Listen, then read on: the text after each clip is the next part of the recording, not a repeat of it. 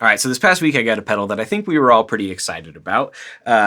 It feels like Dumble has been on our minds a lot lately. Dumble was at NAMM last year. UAD released the Enigmatic 82, and then JHS comes out with their second kit build, IKEA style, as I call them, pedal, which is, of course, the Notadümble. Now, this, of course, is a solderless kit that you put together yourself, and I was able to get mine and put it together, and it's a cool pedal, right? It does cool things. Tonight is, of course, May 22nd, and I've had to refilm what I've said here because Josh Scott from JHS just released a video explaining that the clean channel on the Notadümble is not exactly what he said it was, but still operates the same way. Now, first and foremost, Josh's transparency on that was awesome. If you haven't seen his video where he lays it all out for us, go watch it. It's really cool. That being said, even though it is not the pedal he initially thought it was, it's still a great pedal. So I don't really care. I know for some people, and he even states this in the video, that they really wanted the Box It Later that John Mayer has on his board. And honestly, I'll probably buy the second version that they come out with because I want it too, because I have a problem. But with that being said, what they have on here, which is the BBC One, is still a cool pedal and does the same thing. Honestly, I love the clean channel, but that's not necessarily what we're here to talk about today. Today, what we're going to talk about is the overdrive channel. Now, this is a Dumble style overdrive, and it's really cool. And I also bought the Enigmatic 82 last year, so I now have two high quality Dumble style pedals that I could compare side by side, so I decided to do so. So let's get into those comparisons. First things first, I took the amp simulation off of the Enigmatic 82. I wanted it to function as simply an overdrive pedal. The next thing to say is that I know it's kind of apples to oranges. Maybe it's closer to being like green apples to red apples, but basically what I mean by that is, like, I know that these are both different pedals that do different things, but with different price points, and if you're trying to get that Dumble sound, could they at least compare to each other? That's what I wanted to find out. So what I did for the comparison is I set up 4 different riffs, and 2 of the riffs I crafted the sound on the JHS Notadümble, and the other 2 riffs I crafted on the UAD Enigmatic 82, meaning that I tried to find a sound that sounded good on each of these pedals. So for instance, after I found what I felt like it was a cool sound on the Notadümble, I would then go over to the Enigmatic 82 and try to see if I could tweak it and find it in the Enigmatic 82. And vice versa. Another thing I'll say is that initially when I had this in mind, what I was thinking was, I'd play the 4 riffs and I'd play, the Enigmatic 82 and then the Notadümble. And then we move on to the second riff and I would play the Enigmatic 82 and then the Notadümble. And I would let it be a blind test, but it would be all of the first pedals were all the Enigmatic 82 and all of the second pedals were the Notadümble. However, when I did that, I could never decide which one I liked more. So I decided to mix things up, and I will tell you what each one was after the demonstration. So without further ado, let's give them a listen.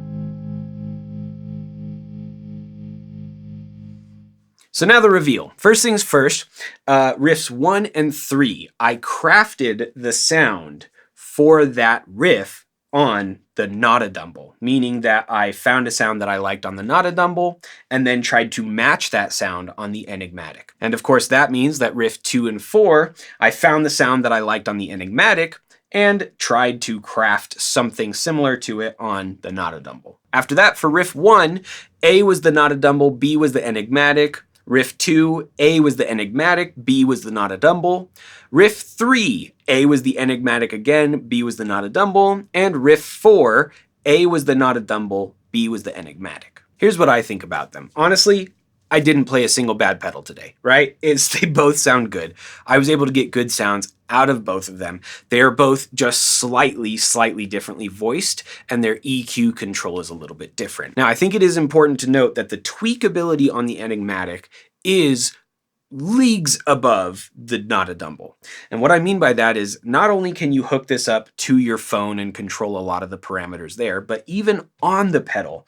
If you look, the labels under each of the knobs have 2 lines. There's the normal line, and then there's a line that is written in parentheses. Like here where it says bass and then deep mid, and this one is middle, and then in parentheses we have presence. This is because if you're tweaking these knobs while the amp is selected, that means that you're tweaking what is written underneath them. However, if you switch this toggle up to the label that is alternate in parentheses, you are now going to be tweaking each of the things that's in the parentheses: the bright, the presence, the deep mid, the room, and the ratio.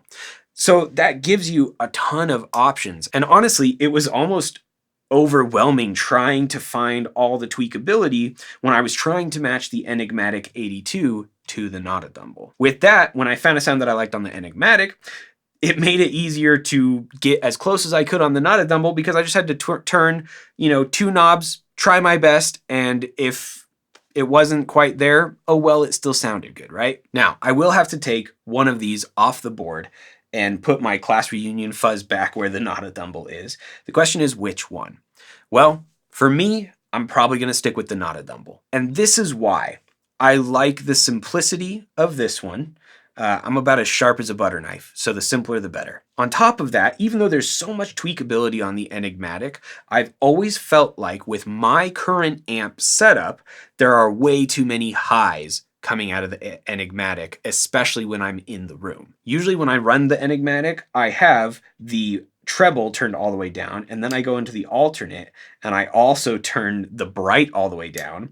I'll turn the presence knob all the way down, and then I will turn the mid all the way up. And part of that could be because I'm playing out of a Duchess, which the Duchess is notorious for having kind of this really pokey high end to it, so I use pedals to kind of pull that back. But also, I felt like with the Notadümble, when I turned the EQ all the way to the other side, it had a little bit of a richer low to it that I really dug. So I'm probably going to swap over to the Notadümble, but again, I didn't play a bad pedal today, and honestly, I think it would depend on your rig. If you're playing through an amp that is typically darker, I'd probably recommend the Enigmatic because it's going to cut through a lot more. It's going to give you that bright, high-end punch that you need. What did you guys think? Did you like one more than the other?